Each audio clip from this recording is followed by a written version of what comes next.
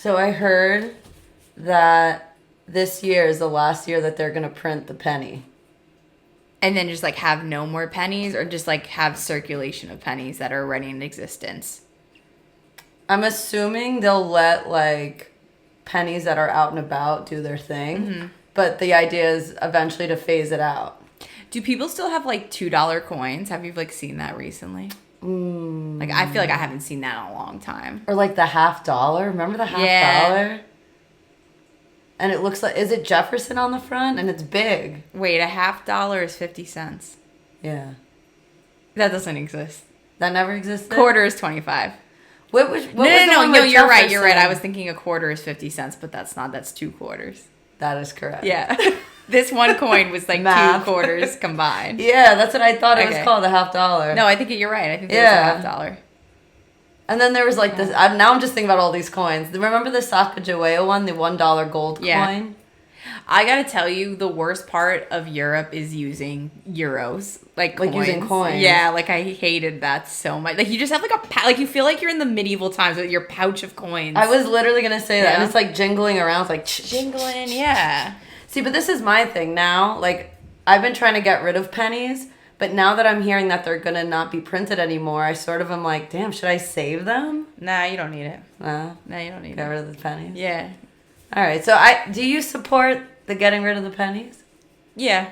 I do too. I'm very cashless, you know. I'm a cashless kind of person, so I don't need it. It's that minimalist, you know what I mean? Yeah. Yeah, and then also like Less things. You ever like hold pennies or do I coins? Put it up into my nose? No. But then you smell your hands are just so dirty after. Like it smells think about bad. how dirty money is. Like it's been everywhere. You don't know where freaking coins have been. Do I touch coins and then put them up in my nose? No, yeah, they're like the dirtiest things ever. Yeah, just think about it. They've done like studies on them, and it's like where they like swipe the bacteria. Yeah, and it's like dirtier than a toilet seat. Yeah, it's pretty bad. All right. All right, there you go. Bye pennies. Hi everyone, I'm Melanie. And I'm Diana. And we're 2 queens in a pod. Yes, and we are 2 queens from Queens, giving you the Queen's perspective. And today we are going to the U.S. Rickety. Is it?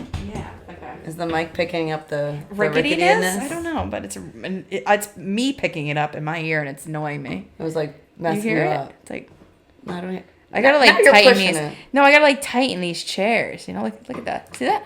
Oh, I see Rickety it now. Rick. I get it. Okay. Talk about rickety. We're gonna be delving into something pretty old. The USS Intrepid, a former Navy ship and a current museum. Yeah.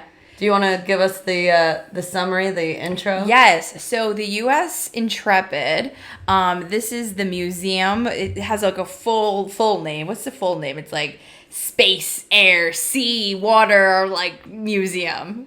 It's space, sea, and air. Is that what it's called? Intrepid Sea, Air, and Space. I just had them a little out of order. But yeah, this is the museum that's located on Pier 86 in the city on the west side. On the Hudson. On the Hudson side. Right next to maybe my second job ever, the Circle Line. Circle Line. I had to serve dirty water dogs, Dippin' Dots, a lot of stuff, and often to people that I did not speak the same language of. So a lot of pantomiming, a lot of charades going on, but I got the job done. That makes me think that a lot of foreigners were going to the Intrepid. Yeah, I'm sure. Like, because the Circle Line was a cruise too that I guess like they were doing like a tourist's hotspots. They were like going to Intrepid. They were taking that Circle Line cruise to see the city, the Statue of Liberty. They were just like, that goes to everything. If they felt like walking, they should go down and do like Little Island, hit up the Whitney Museum. That's like a whole day right there. Yeah. So if you've never been to the Intrepid, it is this huge aircraft carrier ship that's docked on Pier 86. And off of 46th Street. Off of 46th Street. And it's one of 24, it's called Essex-class aircraft carriers that were built during World War II. So it was commissioned and created in 1943. I was wondering, like, where do we build these ships? It was built in Virginia, and it was starting to be built only just a few days before Pearl Harbor. Wow. So here's my thing. Pearl Harbor was what pushed us into World War II. That was the start, right? Because right after that was like Teddy Roosevelt? Who was the guy that was like, and we're going to join the war now because of Pearl Harbor? Was that Teddy Roosevelt? Let me look. Okay. Well, there's my thing. If we didn't know we were going to join the war, why are we building these aircraft carriers? Well, World War II was going on before we joined it. I know, but this was our, like we were not going to get involved. Like our whole thing was that we were like Switzerland. We were not going to get involved. And we only got involved because of Pearl Harbor. Well, allegedly got involved, like I think the president wanted to get involved. Or was it? It was FDR. Okay. Franklin Delano Roosevelt. That's not Teddy. That's not Teddy. The Teddy Roosevelt is a different Roosevelt, not the Roosevelt we're talking about. Okay. So you got the wrong Roosevelt, but now we know who it is. FDR, yeah. FDR. So he wanted to join the war, and this kind of like gave him the momentum to like kind of get everyone heated for it. It also makes me think of like when you were saying why did they build this ship and they weren't sure they were going to join it. It just makes me think of all of those forts that were built around New York. In preparation during the Revolutionary War. No, the Civil War. Oh, was it the Civil War? Yeah, the Civil War. And they were like, just in case. Just in case. And in that case, it wasn't used, but in this case, it was used. Yeah. And reused and reused and reused. Mm-hmm. So it was... So when it was first created in 1943, it was bought to Pearl Harbor to like be amongst the fleet. Here's there's question number 2. If Pearl Harbor was bombed, and obviously people know where the base is, why are we sending more ships there? Shouldn't we change up our base? You know what I mean? So what happened was that during World War I, around 1944, that's when the Japanese aerial torpedo hit the Intrepid. No, this is all World War II. I don't know where you got World War I. That's different World War. No. Sorry, the first war wound. The first war wound. Okay. The first wound it got. No, but I'm saying once it was created, it went to Pearl Harbor to like dock up to get ready to be sent off. But I'm saying, why did that still remain the base? Wouldn't you change up the base? Well, it was close to Japan. Yeah, I guess. But like go on a different island in Hawaii. I don't think it's that easy to build a base, man. This is a high-tech base. But when it did get injured, its first wound in the war, it was sent back to Pearl Harbor to get repaired. Yeah, it's been repaired many times. Oh yeah, it's resilient. It was hit by a torpedo. It was hit by like 3 kamikaze bombs. A whale hit it one time. Like it was called like the Decrepid because like it was so like hit so many times. Yeah, and like so many people were like. That's like people thought that ship sunk like a long time ago. Like they're like that's still like afloat. Yeah, when it was getting people were surprised when it was getting retired. Like if we fast forward to like the 70s, its final retirement. The nicer people referred to it as Fight 1, but then the mean people who like kind of were just shitting on it for just being decrepit and beat up. They called it Evil 1, Dry 1, and the USS Decrepid instead of Intrepid. Yeah, a lot of nicknames. They sound like bullies to me. To me, I feel like this was like an awesome boat. Like it went through so much. It went through. Yeah, it had I forgot. I don't know what it's called, but a slingshot. Like it had like a slingshot and would like slingshot the aircraft so that they got momentum and it would like throw the aircrafts off the ship. Yeah, and actually in 1960. It set a flight record by launching 11 jets in 8.5 minutes on a single catapult. Yeah. That's a lot. Like, I think anyone who made fun of this is they shouldn't feel too good about themselves. When I was reading about like the different like being recommissioned for this war and that war, a lot of when you refer to ships, it's always she. Like it was like she was recommissioned in the early 1950s. She was whatever. And I was like, why do they always use she as in like a feminine way for ships?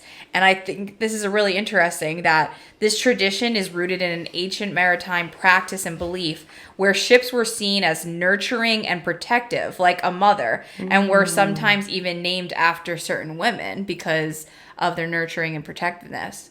I thought that was pretty badass. How do you think the boats that are named after men feel? I don't care. What? I don't care. They're not important to me. So you think that they're just like a she and they happen to just be rocking the men's name? Like do you think these female boats or these feminine boats I'm sure they're happy? not as good. I'm sure they're not as good as the women boats. No, but they're all women. Do you know boats named after men? There must be some out I there. think it's like I think it's bad luck. Oh, you really think so? You think like every captain is I named think it? Titanic is a man's name. Yeah, that's No, not they're gendered. like she went down. Yeah, they get to call it she. Yeah. The fact that you brought up Titanic, I have to do it. Yeah. Mel and I visited the Intrepid, right? And the whole time, although this ship has nothing to do with the Titanic, we could not stop referencing the Titanic. Yeah. So, like one moment I'm like, I'll never let go. I'll never let go, Jack. Like, is anyone out there? Can anybody hear me? If you ever go to this museum, museum, it's incredibly interactive and where there's just like these like little like it's like a kid play set like everywhere where you could just like turn the light like the signal lights on and off, or you could like blow sit like in the horn or sit in like sit in the cockpit of a ship. Or like is not what they call a ship. They call that like a flight deck. No. But there's a lot of aircrafts because it was an aircraft carrier. There's a lot of cockpit of planes that are docked on the boat. Yeah, or inside the boat too. Yeah. Like there's just like, because at first we were confused. We were like, why are there planes here? Why are there NASA astronaut like things here? And it's because although it's a ship, it's so much connected to aeronautics. Like, well, they had the planes on the ship. That's the point of the ship. Correct. Right. Yeah. But that's what, I didn't know that walking in. Like, I didn't know that walking into the Intrepid initially. If you watch Top Gun, you would know. Yeah. And I guess also National Treasure. Or Pearl Harbor. They do and that I Am too. Legend. No, specifically the U.S. Intrepid. Did you get that? I feel like we're jumping around a little bit, but that's okay. Or you're just naming movies that had the Intrepid on them. Correct. Oh, I'm naming movies that had like aircrafts that came off boats. Got it. No, essentially, okay, going back to your original point, that is interactive. It reminded me a lot of like Hall of Science. So it's a museum, but like if you bring a kid there, you could do like a flight simulator where you try and land a plane. Like you get into a cockpit of something. Like you could pretend you're like shooting. They have old like gun stations off on the side of like the boat. Like it's very, very interactive. We went after hours for a reception party. So a lot of like these little simulators were closed. But I have a feeling that the simulators. I said that. I think you said stimulators. I said simulators. I said stimulator. You're a stimulator. What kind of place is this? It's an X-rated Intrepid. So, no. But I feel like a lot of those activities were additional money. Like they're not, you're not general admission charge. Yeah. Because apparently they have like a wind turbine. Like I'm like, you're not putting that people in there. And then they have like the thing that like moves you around, remember? Yeah. And I was like, the misters are going to come. Yes. Mm-hmm. Yeah. It's like these little extra things. I can't but I think imagine they're free. No, yeah. But I would recommend like bringing kids there. Like let's say, and actually they have a partnership with the Department of Education. Mm-hmm. And I think that's like a perfect thing. You could do a student discount. Yeah, like if you're a social studies teacher and you're doing a class on World War II, like I think it's such a really interactive, hands-on way of connecting that historical content to your physical body. Well, it's funny because when I was thinking about World War II today, when I was doing my research, I was like, I know that we like were beefing with Japan, but I was like, why are we beefing with Japan in World War II if like Germany was like the real source? But then I realized that everyone was like different allies, and we were like fighting on that side of the ocean, but we were also fighting on. We were all over the place, I guess. Yeah, I don't remember a lot about World War II. I know. I was like, wait, what am I thinking of? Isn't there the Axis and then the Allies? Wasn't there like... I'm going to just sound stupid. If we really wanted to, we'll do a World War II episode, but I guess we should just stick to the facts about the boat. Oh, well, like, let me finish the boat story. Okay, yeah, so it was the boat story. So it was in Vietnam. Like they would just like recommission it for like these different uses, and they would like put it back into the field. But a lot of the times, like we said, it was like always getting like beat up. So it would be docked in random places. Yeah. And one of the last places it was docked was it went to the Brooklyn Navy Yard, which we should do an episode on that, because I don't think the Brooklyn Navy Yard, I mean, I don't think it holds anything anymore, like fleet-wise as like ships, but apparently it was like, it had like warships in there. And it was called the Navy Yard, right? But it was in there in the 60s, and then it was finally like kind of decommissioned and not like in the field of duty in 1974. So it went to Philadelphia for the bicentennial celebration. So this was like the celebration 200 years of America. Mm-hmm. And they would do like exhibits there and in Philadelphia. And then they were like, all right, let's just take the ship apart. Like, we don't need it anymore. And there was a guy named Michael Piccola, and he was like, I need to save this ship. So, like, because of him, he had the idea to turn it into a museum. And then it officially went to Pier 86 in New York to become this Intrepid Museum. What it is. Yeah. See, I have Zachary Fisher. Do you have anything about Zachary Fisher? Who was Zachary Fisher? I said that he was a real estate developer and philanthropist, and that he was the one who saved the Intrepid by buying it. Him and Michael should fight. I don't know. Yeah, it said that he bought it from the Navy for $25 million, and that like it was transferred from the Navy to the Intrepid Museum Foundation. Okay. That the ownership. Well, of the it. Intrepid Museum Foundation had to be created, right? So maybe he created. Maybe he did. Oh man, I feel like we should know this. Wait, what's the name of the guy? What's the name of the guy that you said? Michael Piccola. Michael Piccola. Sounds like Ricola. Okay. Intrepid. Let's see. Also, while you're looking that up, 4 years after it became a museum, it became a national historical landmark. And I always forget that landmarks can be objects, places. Like, it doesn't have to be a particular place. It could be an object. It could be a Horcrux. I was thinking that. Yeah, like, this thing could move. There's guidelines and stuff, but yeah. I don't think it could move, but it could. Like, no, an object can be a historical landmark. Really? Yeah. Huh. Like, do you have another example? No. No, okay. We'll look as that goes on. Okay, going back to our Piccola. Okay, yeah. It's exactly what we just had, like, surmised, that he founded the foundation. Another Zachary guy bought it. This rich guy bought it to make that all. So it was a team effort. Okay. Yeah. Very cool. Yeah. I'm trying to think if there was anything I saw. Well, when we were there, and we were going on the ship, remember we were talking about how like, is it permanently here? Remember we were like thinking like, is it cemented into the ground? Yeah. So it's not. It's just moored onto the deck. But the deck was created, the pier was created to like literally hold the Intrepid up and like kind of like it's not going anywhere. That's what I'm trying to say. Like, even if there was like a tsunami, it wouldn't move. Right. But in 2006, it had to do intensive repairs in Jersey, and it took like weeks because it was planted there in Pier 86 for like 24 years, and then it needed to get like repairs done.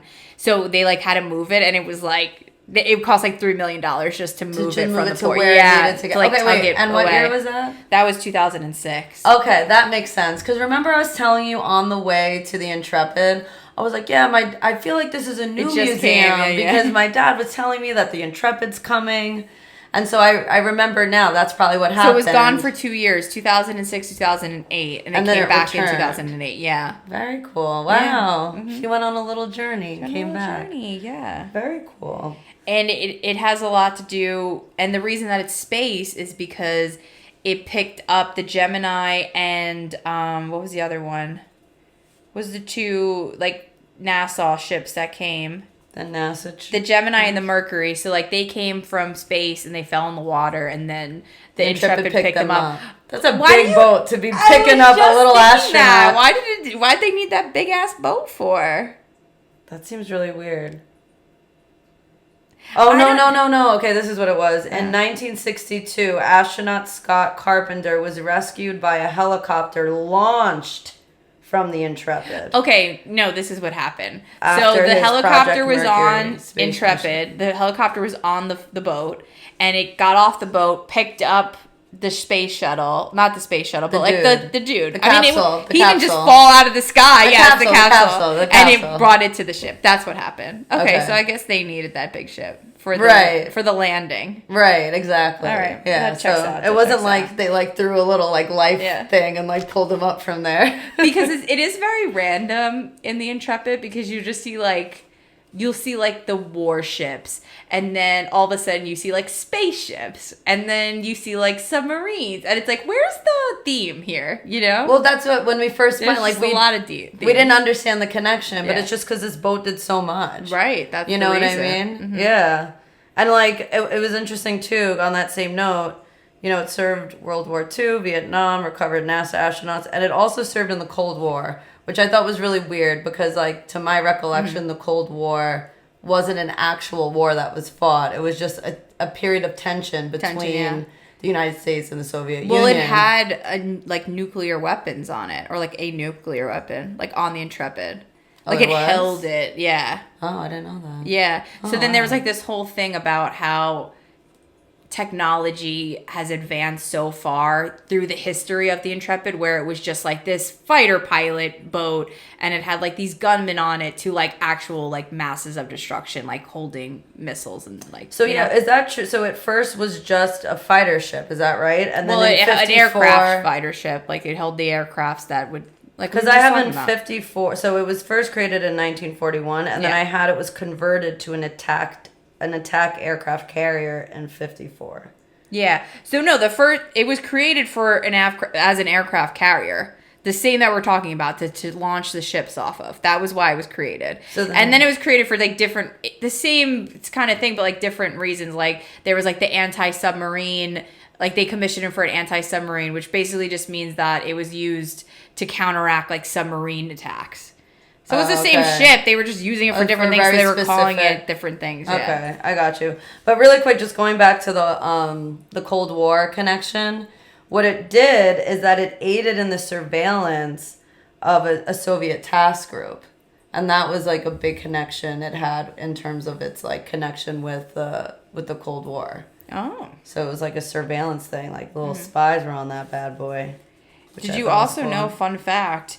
It was actually served as FBI operations during 9/11 attacks. I have that written down. That was really interesting. Yeah, it was a temporary place to just like have them there. Yeah. And that's interesting because it wasn't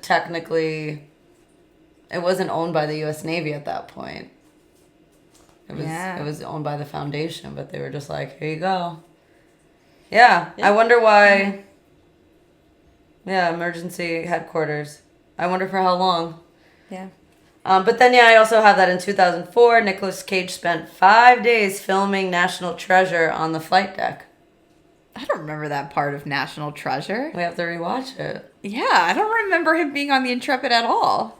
Or a boat. You may not have known it was the Intrepid at that moment. Yeah, I guess. Like, it may have just been a moment. I know they go to Trinity Church, like, that's where the treasure is.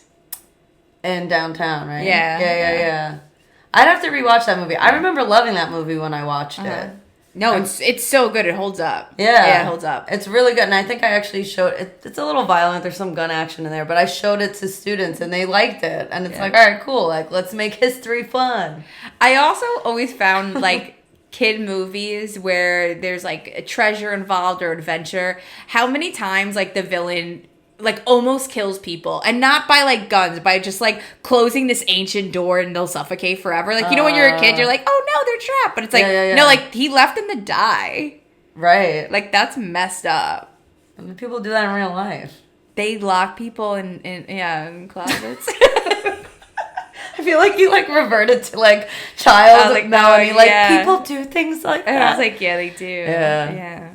It's kind of sad. It is probably a little dark. And then, I don't know, while I'm still on the movie, is it the National Treasure still? No, now okay, I'm switching. Movie, 2006, okay. Will Smith from, he was, he filmed I Am Legend on there. Okay. And there's like this scene where he's hitting golf balls, but they actually didn't let him do that from the actual ship. That's like fake?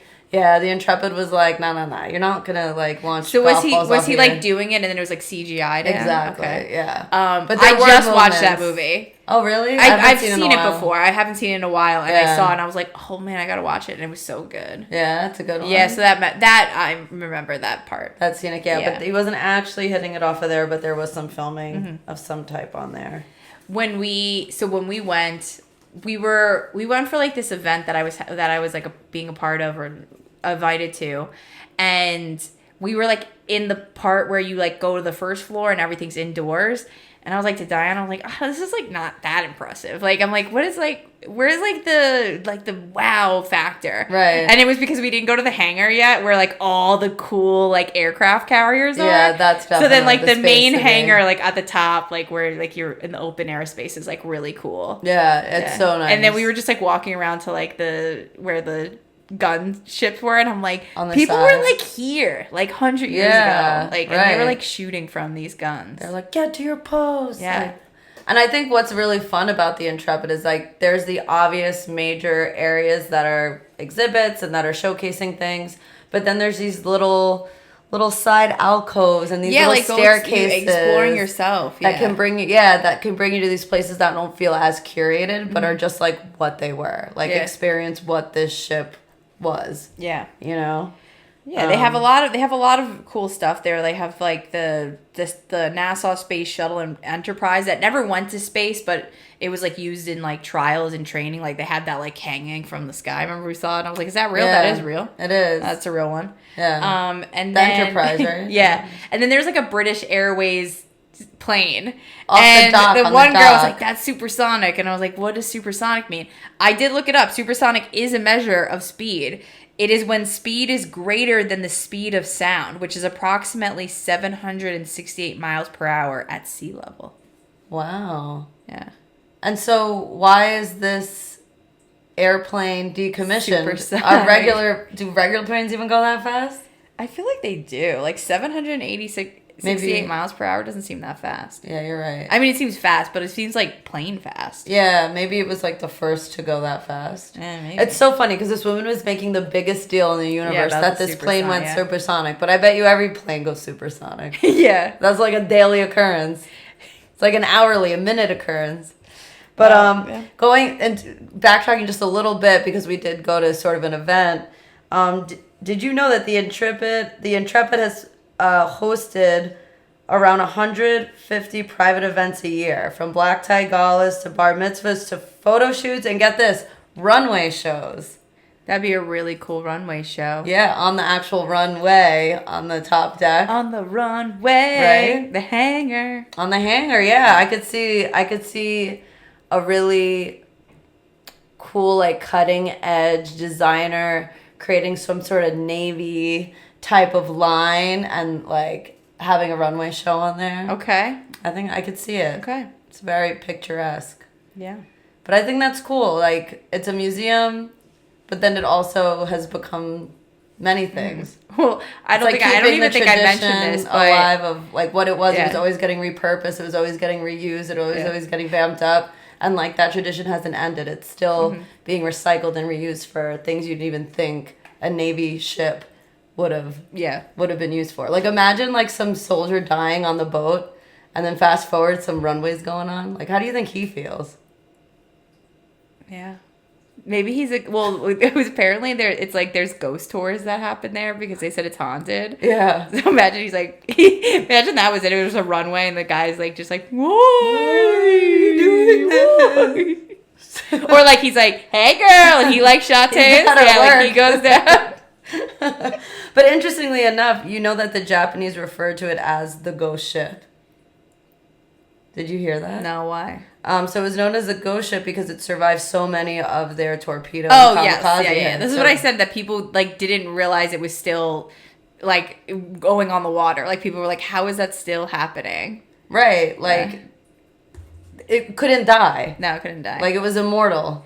But you know what? To that point, that really goes to the crew, because when it was hit by that torpedo, the crew like had to do all of these different things to keep it afloat and to like have, and I think only like, not that it's only, but 11 sailors died, but like I feel like in the general scheme of all those people, 11 people dying, they had to like do all these different like maneuvers to keep the boat afloat to get back to like Pearl Harbor. And that's testament to the crew. They they did all these things to like make sure that it didn't sink. Yeah, and that is pretty crazy because like at its peak, it would house over 3,000 crew members. Mm-hmm. So the fact that only 11 people died out of 3,000, like you're right. During these guys that knew what they were torpedo doing. thing, I think other people like that was during the torpedo collision, but there was like a lot of other stuff that was happening that killed people on the ship. Oh yeah, I don't know. Like I don't think just 11 people died on that ship in that incident though. Yeah. And you could imagine if there was like over 3,000 people on it during that incident at least. Yeah. Right. Interesting stuff. I thought it was cool. I thought the Intrepid was a cool place to go. I wouldn't say it's like a must-have New York City thing to do. Like it's not really anything pertaining to New York City, but if you're like a history buff, like I think like it's a cool place to be. It's definitely a museum that makes you feel like, oh, this is like American history. It doesn't feel like New Yorker. It feels like something like, you know. Yeah, I know. I'm not like, wow, I feel like a New Yorker on here. Yeah. You're like, oh, I feel like more of like an American on here. Oh, this is what I wanted to mention. That's always a little turbulent. It was really not successful as a museum when it first started. Like, it didn't turn a profit until like 20 years later. Wow. Yeah, like people were like, all right, it's like whatever. Which makes sense why they do these random things like random events. Yeah, like, I think like it's successful scrambling. now because of they made it into like an event space and all this other stuff. Yeah. But yeah, back in the day, like they had to like keep like doing random stuff to like get people involved, and like it decided to go. That's so funny. Yeah. They're like, this is a great idea. And it's like no one shows up. Poor little Intrepid. Yeah, like if you're just walking it, it's not that, like if there was like nothing there, I'd be like, all right, what is this? But then you like have all the cool stuff and the exhibits there now, so I could see it. Yeah. I could see it, especially what we did. It was like a fun event thing where like you grabbed a little drink and it was like a night out. So that made it feel more like an attraction. But on a regular day, I would still go. Yeah, I mean, I don't know if I'd go back, but... Yeah, you've seen it. I've seen it. Seen what you need to see. I got it. I got the idea. Got the idea. It's a boat. It was used a boat that's often. docked. It was used during a lot of wars. All right. That was, but I think you should go. Bring the kids. Yeah. Bring the kids, bring the wife, do the whole thing. It's a fun day out. It was, yeah. Lovely. And you know, little kids love boats and planes and all that stuff. And play with the random stuff that they got there. Press some buttons, have a good time, take a couple pictures, then go to the Circle Line, go on a little cruise You around could do the a lot of island. stuff over there. Yeah. Because I was going to say, like, I wonder if it did poorly because it is sort of in... I don't want to say no man's land, but it's not. There's other things going on. There's other things there. Yeah. Just transportation-wise, it's not. I mean, you just got to walk, but it is what it is. Get up and walk, people. Yeah, walking's good. We walked there. It was fine. There. We were overhearing other people, like, conversing about how they got there. And they were like, I was stuck in 45 minutes traffic. Yeah, don't drive. Don't drive there. Why are you driving in the city? Yeah. Just take a nice little walk. But very cool. Yeah. A little dive into American history. Yeah. Rooted in New York. Yeah. And, yeah. Should we say something like sailorish to sign off? If you say like, ahoy there, is that goodbye as well? Is that like aloha? Like, you know how aloha is like goodbye and hello? Is ahoy hello and goodbye? That gives me more pirate, though. You know what I mean? This is like the opposite of a pirate boat. It's like... Okay. I'm just thinking about this song. Ahoy is not pirate. It's shipper talk. Ahoy? Yeah. Ahoy, mateys. Like, well, you're doing it in a pirate accent, so right, you're going right. to make it pirate. All right. But so if I do it in it. like a posh British accent, Okay, like, do it. Ahoy! The American trade, you're going to do it in trade. The American ship, you're going to do it in British accent. I didn't do it in British accent just now anyway, so it didn't matter. Ahoy. Get to your decks. I don't know. Hit the deck. Hit the deck. All right, there you go. Hit the Hit the deck, everybody. And that's it for us. Peace Bye. out. Bye.